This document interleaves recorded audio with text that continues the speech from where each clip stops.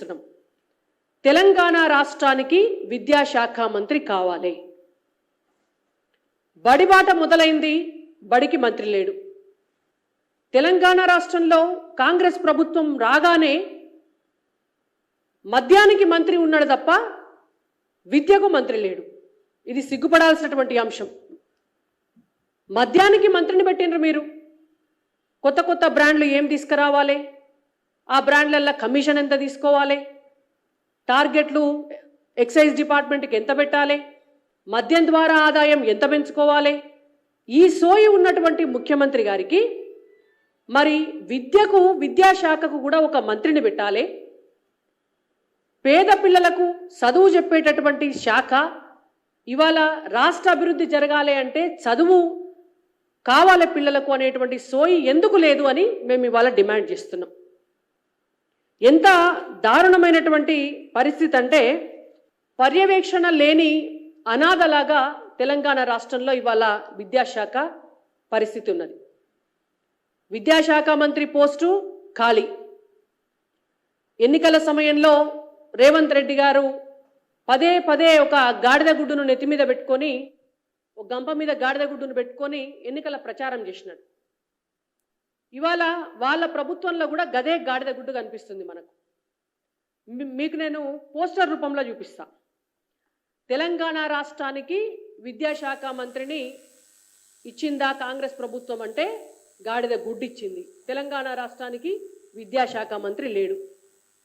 ఆ విద్యాశాఖ పరిధిలో తెలంగాణ రాష్ట్రంలో ఉన్నటువంటి దాదాపుగా స్కూల్ ఎడ్యుకేషన్లో మీకు నేను నెంబర్ కూడా చెప్తాను. స్కూల్ ఎడ్యుకేషన్ డిపార్ట్మెంట్ కింద 26,067 స్కూల్స్ ఉన్నాయి తెలంగాణ రాష్ట్రంలో. ఈ 26,000 స్కూల్స్ని జిల్లా పరిషత్తు మండల పరిషత్ కింద డివైడ్ చేస్తే మనకు పర్యవేక్షణ చేయడానికి, అసలు ఈ స్కూళ్ళల్లో పిల్లలకు పాఠాలు చెప్తున్నారా చెప్తలేరా, ఉపాధ్యాయులు వెళ్తున్నారా వెళ్తలేరా అని చూడడానికి జిల్లాలకు వారీగా డిఈఓలను పెడతారు. మనకు 33 జిల్లాలుంటే 33 జిల్లాలలో 26 జిల్లాలకు డిఈఓ పోస్టులు గాడిద గుడ్డు 0. 26 జిల్లాలకు డిఈఓ పోస్టులు లేవు. ఇవాళ వాళ్ళ తర్వాత డిప్యూటీ ఎడ్యుకేషన్ ఆఫీసర్స్ ఉంటారు. వాళ్ళు 62 మంది ఉండాలి తెలంగాణ రాష్ట్రంలో. 62 మందికి 58 మంది ఖాళీ. ఇంకొక 4 పోస్టులలో ఉంటే ఆ 4ని కూడా వేరే శాఖలల్లో వేరే పనులకు బదిలీ చేసినారు. అంటే ఇవాళ డిప్యూటీ ఎడ్యుకేషన్ ఆఫీసర్లు తెలంగాణ రాష్ట్రంలో 0.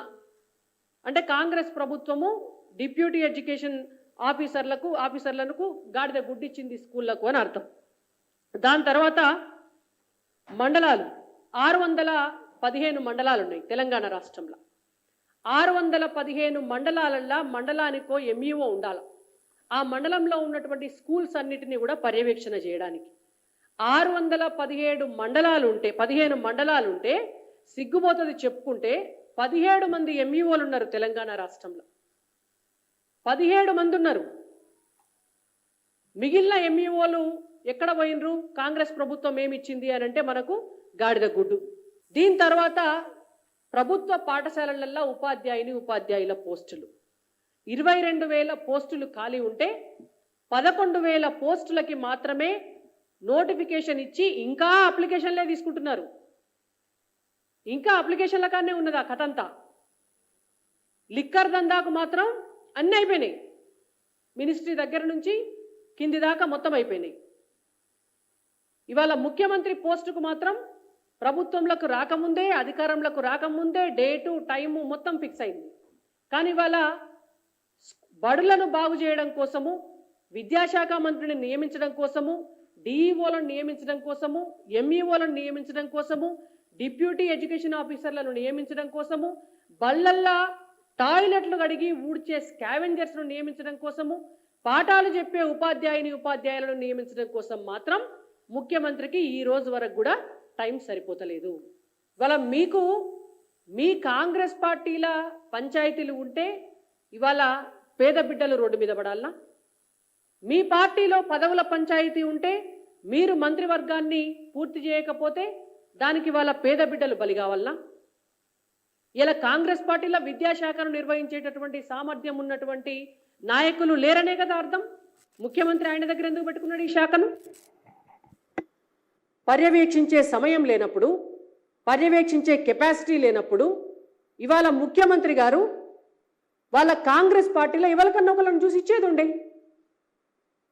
మీ పార్టీలో ఆ సామర్థ్యం లేదు కాబట్టే మీరు ఇప్పటి వరకు ఒక విద్యాశాఖ మంత్రిని నియమించలే. ఇవాళ మీ పార్టీల కొరత ఉండొచ్చు, కానీ తెలంగాణ సమాజంలో ఉన్నతమైనటువంటి విద్యావంతులు, తెలంగాణ ఉద్యమకారులు మస్తు మంది ఉన్నారు. మీకు చేతగాకపోతే మేము ఒక లిస్టు రాసిస్తాం.